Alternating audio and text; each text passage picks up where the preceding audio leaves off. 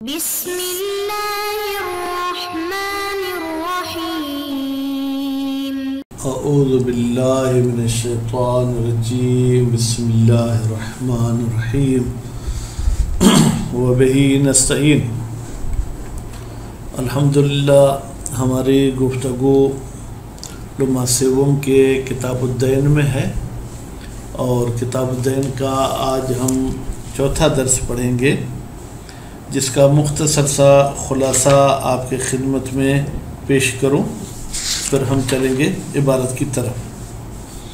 پچھلے درس میں ہم نے یہ پڑھا کہ اگر میرا کسی کی طرف قرض ہے تو اس قرض کو میں بیچ سکتا ہوں، چاہے مقروض کو بیچوں چاہے غیر مقروض کو۔ آج سوال یہ ہے کہ اگر میرا قرضہ جو ہے 1 لاکھ ہے تو کیا میں اس کو 1.25 لاکھ میں بیچ سکتا ہوں؟ میرا قرضہ 1 لاکھ ہے، کیا اس کو میں 90,000 میں بیچ سکتا ہوں؟ کہتے ہیں جی ہاں، آپ اس قرض کو اس قرض کی زیادہ رقم میں بھی بیچ سکتے ہیں، اس کو اس کی کم رقم میں بھی بیچ سکتے ہیں، بس یہ چیز مد نظر رکھنی چاہیے کہ سود لازم نہ آئے۔ یعنی اگر وہ جنس ربوی ہے اور اس کی ثمن بھی آپ اسی جنس سے لے رہے ہیں، پھر برابر میں بیچنا ہے۔ لیکن اگر ایسا نہیں ہے، آپ کے اس شخص کی طرف 1 گائے تھی مثلا، یا آپ کی اس طرف 2 بوریاں گندم کی تھیں، اب آپ بیچنا روپیہ میں چاہتے ہیں، تو اگرچہ 1 بوری کی آج کل کے حساب سے رقم جو ہے 10,000 ہے، لیکن آپ 12,000 میں بھی بیچنا چاہیں تو بیچ سکتے ہیں، 9,000 میں بیچنا چاہیں تو بھی بیچ سکتے ہیں۔ خیر، تو مزید اس کی بحث ہم عبارت میں پڑھیں گے۔ اس کے بعد پھر ابن ادریس صاحب آئے ہیں، انہوں نے ایک نظریہ دیا ہے کہ بھائی آپ یہ دین اگر بیچنا چاہیں تو مدیون کے علاوہ کسی اور کو نہیں بیچ سکتے ہیں، صرف مدیون کو ہی بیچ سکتے ہیں۔ انہوں نے کوئی دلیل بھی دی ہے، اس دلیل کو مصنف صاحب نہیں مانتے ہیں، اور اس کے بعد پھر انہوں نے ایک تقسیم بندی کی ہے اس معاملہ کی، تو کہتے ہیں اس تقسیم بندی کے لحاظ سے بھی محسوس ہوتا ہے کہ یہ بیع ٹھیک نہیں ہے اگر غیر مدیون کو بیچیں گے۔ وہ تقسیم کیسے انہوں نے کی ہے؟ انہوں نے کہا کہ بھائی آپ جس عین کو بیچ رہے ہیں، یا خارج میں اس کا مشاہدہ کیا گیا ہے یا مشاہدہ نہیں کیا گیا۔ پھر دوسری تقسیم یہ ہے کہ وہ جو عین کو آپ بیچ رہے ہیں یا وہ ذمے میں بیچ رہے ہیں تو معاملہ سلف ہو جائے گا، یا جو ہے کیا ہے اس کو آپ کسی اور طریقے سے بیچ رہے ہیں، تو دین کی صورت میں تو یہ بیچنا جائز نہیں ہے۔ باقی دوسری صورتوں میں اگر غیر مشاہدہ ہے تو اس کی صفات بیان کرنی ہے، اور ابھی تک چونکہ وہ ادا نہیں ہوا ہے تو آپ وہ صفات بھی کیسے پھر بیان کر سکیں گے، تو نتیجے میں یہ بیع کہتے ہیں ٹھیک نہیں ہے۔ اس کے بعد پھر فرماتے ہیں کہ جس بندے کی طرف آپ کا قرضہ تھا، اور قرض بھی جو ہے کیا تھا جناب وہ معجل، یعنی ابھی اس کا ٹائم نہیں آیا تھا، لیکن وہ غریب ہو گیا، اس پر حاکم شرع نے پابندی لگا دی کہ تم اپنے مال میں تصرف نہیں کر سکتے ہو، اور جو تمہارا موجودہ مال ہے وہ قرضیوں کو دیا جائے گا، تو اس میں کیا وہ معجل دیون حال ہو جائیں گے؟ یعنی وہ بھی آ جائیں گے کہ ہمیں بھی اس مفلس کے مال میں سے حصہ دے دو، یعنی کہتے نہیں، معجلہ حال نہیں ہوں گے۔ البتہ اگر مدیون مر جائے تو موت کی وجہ سے وہ معجلہ قرض بھی حال ہو جائیں گے۔ کیوں؟ اس لیے کہ اگر وہ حال نہیں ہوتے میت کے قرض تو پھر تو وارث سب مال اٹھا لیں گے، نتیجے میں قرض دار کو اور نقصان ہوگا۔ اور اگر ہم ورثاء کو کہتے کہ تم اس مال میں تصرف نہیں کرو جب تک قرض کا ٹائم نہیں آتا، تو ورثاء کو نقصان ہوگا۔ اس لیے میت والے مسئلے میں وہ قرض جو معجل تھے وہ حال ہو جائیں گے، لیکن مفلس والی صورت میں نہیں ہوں گے، اور مفلس کو میت پر قیاس کرنا یہ ٹھیک نہیں ہے۔ تو ابھی ہم عبارت کی طرف چلیں۔ وہ بے زیادتن، اس کا بھی تعلق یہ ہے کہ یعنی بیچنا جائز ہے، بے زیادتن، چاہے آپ جو ہے کیا ہے وہ زیادہ رقم میں بیچے ہیں، وہ نقیصتن یا کم رقم میں بیچے ہیں، الا ان یکون ربویا، مگر یہ کہ وہ دین جو ہے کیا وہ ربوی ہو، فتعتبر المساوات، پھر اس میں مساوات شرط ہے۔ ولا يلزم یا ولا یلزم المدیون، مدیون کو مجبور نہیں کیا جائے گا، یا یوں کہ ولا یلزم المدیون، مدیون کے لیے لازمی نہیں ہے ان یدفع الی المشتری کہ وہ مشتری کو ادا کرے، خوب الا ما دفع المشتری للبائع، مگر وہی جو مشتری نے بائع کو دیا ہے۔ یعنی کیا؟ یعنی اگر 90 میں معاملہ ہوا ہے تو مدیون بھی 90 ادا کرے گا، اور اگر 100 میں معاملہ ہے تو 100 ہی ادا کرے گا۔ علی روایت محمد ابن الفضیل عن ابی الحسن رضا علیہ السلام، یہ روایت جناب محمد ابن فضیل نے نقل کی ہے امام رضا علیہ السلام سے۔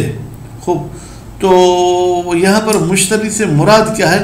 فرماتے ہیں مشتری وہ شخص ہے کہ جس کو صاحب الدین اپنا حق بیچتا ہے۔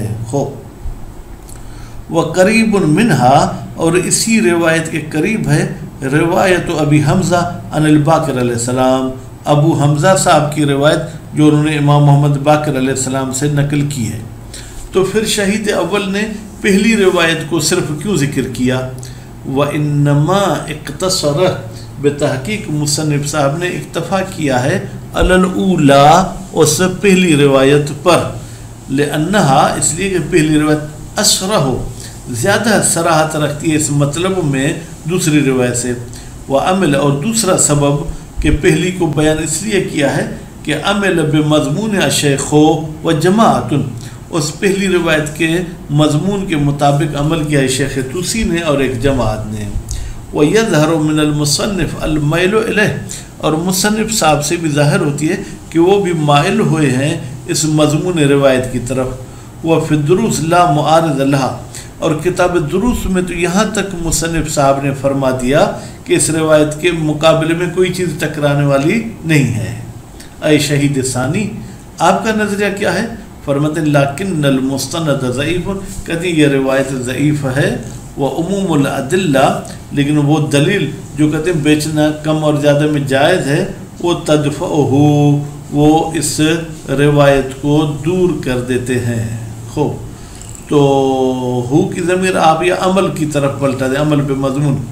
وحمل علی الزمان مجازن، اور حمل کیا گیا ہے جناب اس اشترا والے لفظ کو ضمانت پر، گویا کہ یہ شخص ضامن ہے کہ ادا کرے گا، لشبہ ہی، اس لیے کہ یہ زمان شباہت رکھتا ہے بالبیع، بیع کے ساتھ، فی المعاوضہ، معاوضہ میں، او علی فساد البیع، یا ہم کہیں گے یہ بیع فاسد ہے، کیوں؟ لربا وغیرہ ہی، یا تو اس میں ربا لازم آتی ہے یا اس کے علاوہ اور کوئی مبتل بیع ہے۔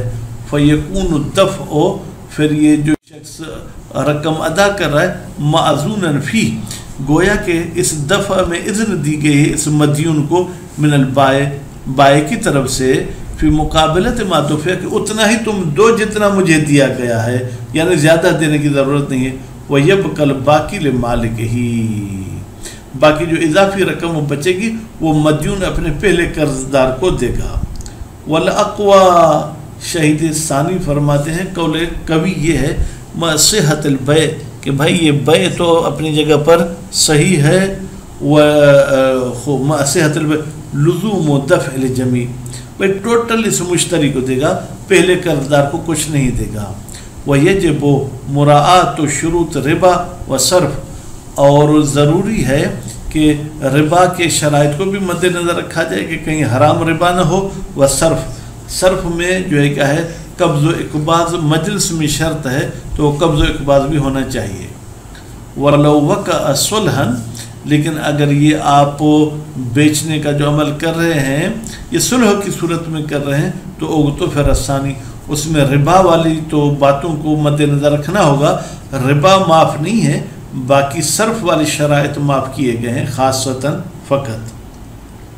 وَمَنَعَ ابن ادریس، اور منع کی ہے ابن ادریس صاحب نے من بیع الدین علی غیر المدیون، کہ آپ دین کو غیر مدیون پر نہیں بیچ سکتے، یعنی جس سے آپ قرض خواہ ہیں مقروض کو بیچ سکتے ہیں۔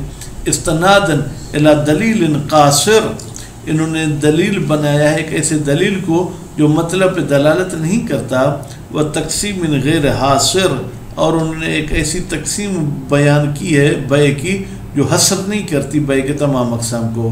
والمشہور الصحۃ، جبکہ مشہور نظریہ یہ ہے کہ یہ بیع صحیح ہے مطلقہ۔ مطلقہ کا مطلب کیا ہے؟ کم قیمت میں یا زیادہ قیمت میں، لعموم الادلۃ، اس لیے کہ جو بیع والے ادلہ ہیں احل اللہ البیع تو وہ عمومیت رکھتے ہیں، وہ بیع دین کو بھی شامل ہے اور غیر دین کو بھی شامل ہے، بیع مدیون کو بھی شامل ہے اور غیر مدیون کو بھی شامل ہے۔ وَلَوْ بَاعَ ذِمِّي مَا لَا يَمْلِكُهُ الْمُسْلِمُ، میرا ایک کافر ذمی کی طرف قرض تھا، اس نے ایک ایسی چیز بیچی کہ جس کا مسلمان مالک نہیں بن سکتا، اب اس چیز کی قیمت سے وہ میرا قرضہ ادا کرنا چاہتا ہے۔ اگر ذمی بیچے ما ایک ایسی چیز لا یملکہ المسلم، جس کا مسلمان مالک نہیں بنتا، مثلا شراب بیچ کر قیمت ادا کرتا ہے، خنزیر بیچ کر قیمت ادا کرتا ہے، ثم قضا منہ، پھر وہ ذمی ادا کرتا ہے اس قیمت سے دین المسلم، مسلمان کے قرض کو، صح قبضہ، تو مسلمان کے لیے صحیح ہے کہ اس کو قبض کرے۔ وَلَوْ شَاهَدَهُ الْمُسْلِمُ، اگرچہ مسلمان نے دیکھا بھی کہ وہ شراب بیچ کر اس کی قیمت مجھے دے رہا ہے، لِإِقْرَارِ الشَّارِعِ لَهُ، اس لیے کہ شارع نے تصدیق اور تائید کی ہے ذمی کی کہ اس قسم کی چیز بیچ کر مسلمان کا قرض ادا کر سکتا ہے، علی ذالک، یعنی قرض اتارنے میں، لیکن یشترط، لیکن شرط ہے، استطارہ، کہ ذمی یہ چھپ کر معاملات انجام دے، بہی یہ بیع وغیرہ، کما ہوا مقتضی شرع، جیسے کہ شریعت کی بھی تقاضا یہی ہے۔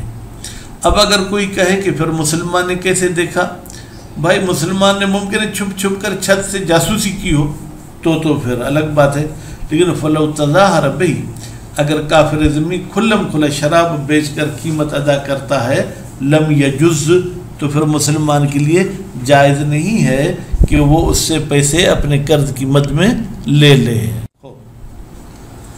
ومن ثم، اور اسی وجہ سے، اقرار شارع کی وجہ سے، یقید بالذمی، کافر کو قید لگائی گئی ہے ذمی کی، لأن الحربی، اس لیے کہ کافر حربی جو ہوتا ہے، لا یقر علی شیء، اس کی تصدیق اور تائید نہیں کی گئی، علی شیء من ذالک، کہ وہ شراب بیچ کر قیمت ادا کرے یا خنزیر بیچ کر قیمت ادا کرے، فلا یجوز، تو جائز نہیں ہے، تناولہ، اس حربی سے ان چیزوں کی قیمت لینا، منہ کی ضمیر حربی کی طرف جائے گی۔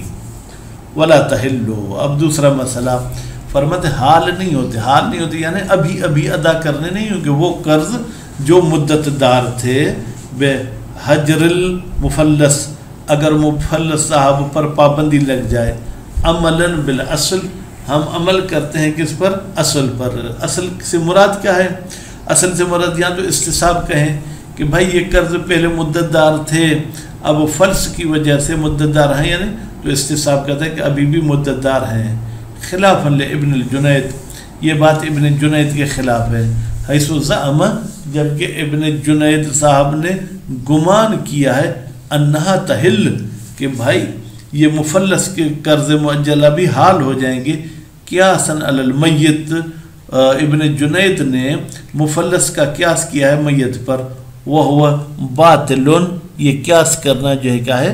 باطل ہے، مع وجود الفارق، جبکہ بھائی فرق بھی موجود ہے، میت الگ چیز ہے، مفلس الگ چیز ہے، بتضرر الورثۃ، ورثہ کو نقصان ہوگا، ان منعوا من التصرف، اگر ان کو تصرف سے روکا جائے، الی ان یحل، یہاں تک کہ قرض حال ہو، وصاحب دین، اور قرض والے کو نقصان ہوگا، ان لم یمنعوا، اگر ورثہ کو جو ہے کیا ہے منع نہ کیا جائے تصرف سے، بخلاف المفلس، لیکن مفلس میں کسی کو ضرر نہیں ہوگا، لبقاء ذمت ہی، اس لیے کہ مفلس کا ذمہ اپنی جگہ پر باقی ہے، وتحل الدیون المعجلہ، اور حال ہو جائیں گے وہ قرض جو مدت دار تھے، اذا مات المدیون، جب مدیون مر جائے، سواء فی ذالک مال سلم، مساوی ہے کہ وہ مال کیا ہو؟ سلم ہو، سلم کا مطلب کیا ہے؟ جس کی ثمن ادا کی گئی ہو اور مبی بعد میں لینی ہو، والجنایۃ المعجلہ، اور وہ جنایت جو معجلہ تھی کہ بھائی آپ نے اگر قتل کیا ہے تو اس کی دیت مثلا 2 سال میں دینا، وغیرہما، للعموم، عموم کی وجہ سے، یعنی کیا؟ یعنی وہ ادلہ جو کہتے ہیں کہ مؤجلہ حال ہو جائیں گے وہ عمومیت رکھتے ہیں، ان تمام صورتوں کو شامل ہو جاتے ہیں میت والی صورت میں۔ وَكَوْنُ أَجَلِ ثَمَن کہتے ہیں کہ یہ جو مدت رکھی گئی تھی یقتضی، یہ تقاضا کرتے قسطًا من الثمن کہ ثمن کچھ کم ہو۔ بھائی ایک چیز سال کی ادھار پہ بیچیں گے تو مثلا 100 روپے کی بیچیں گے، اور اگر نقد میں بیچیں گے تو مثلا 80 روپے کی بیچیں گے، اگر 6 مہینے کی ادھار پہ بیچیں گے تو 90 کی۔ اب یہ بندہ پہلے مر گیا تو ثمن تو کچھ کم ہونی چاہیے۔ اور اسی طریقے سے یہ جو جنایت کی مدت بیان کی گئی ہے، کہتے ہیں یہ بتعین الشارع، یہ تو شارع کی وجہ سے ہے، تو یہ آپ کی باتیں بھی حال ہونے سے رکاوٹ نہیں بنے گی۔ وَلِيَتَحَقَّقَ الْفَرْقُ بَيْنَ الْجِنَایَاتِ تاکہ فرق ہو جنایات کے درمیان، فرماتے ہیں یہ سب آپ کے اشکالات لا يدفع عموم النص، یہ عموم النص کو دفع نہیں کرتے۔ بھائی جنایات میں فرق کیا؟ بھائی کچھ جنایات آپ نے حال رکھی ہیں، کچھ مؤجل رکھی ہیں، تو لازمی ہے مؤجل کو بھی حال بنیں گے تو کچھ کم ہونی چاہیے۔ ولا تحلو، اچھا اگر قرض دار مر گیا، مقروض نہیں مرا، تو فرماتے ولا تحلو بموت المالک، مالک کے مرنے سے قرض حال نہیں ہوگا، دون المدیون، لیکن مدیون کے مرنے سے حال ہو جائے گا۔ للأصل، یہاں پر ہم اصل کو جاری کریں گے۔ اصل سے مراد کیا ہے؟ عدم حلول، خرج منہ، اس اصل سے خارج ہو گیا موت المدیون، مدیون کا موت، یعنی وہ حال ہو جائیں گے۔ فیبقى الباقی، تو اس مدیون کے موت کے علاوہ باقی جو قرض ہے وہ اپنی جگہ پر باقی رہیں گے۔ وکیل تحلو، اور ایک قول کے مطابق یہ ہے کہ مالک کے مرنے سے بھی قرض حال ہو جائیں گے، استنادن الی روایت مرسلہ، اس قیل نے جناب وہ دلیل بنایا ہے ایک روایت مرسلہ کو جو کہ ٹھیک نہیں ہے، وہ بالقیاس علی موت المدیون، اور اس قیل والے نے قیاس کیا ہے موت مالک کو موت مدیون پر، وہ باطل، یہ قیاس کرنا بھی باطل ہے۔ بس اس سے معلوم ہوا کہ مفلس پر پابندی لگنے سے قرض معجلہ حال نہیں ہوتے، لیکن میت اگر مقروض ہو تو اس کے موت کی وجہ سے قرض سب کے سب حال ہو جائیں گے، لیکن اگر مالک مر جائے تو قرض حال نہیں ہوں گے۔ صلی اللہ علیہ محمد و آل محمد۔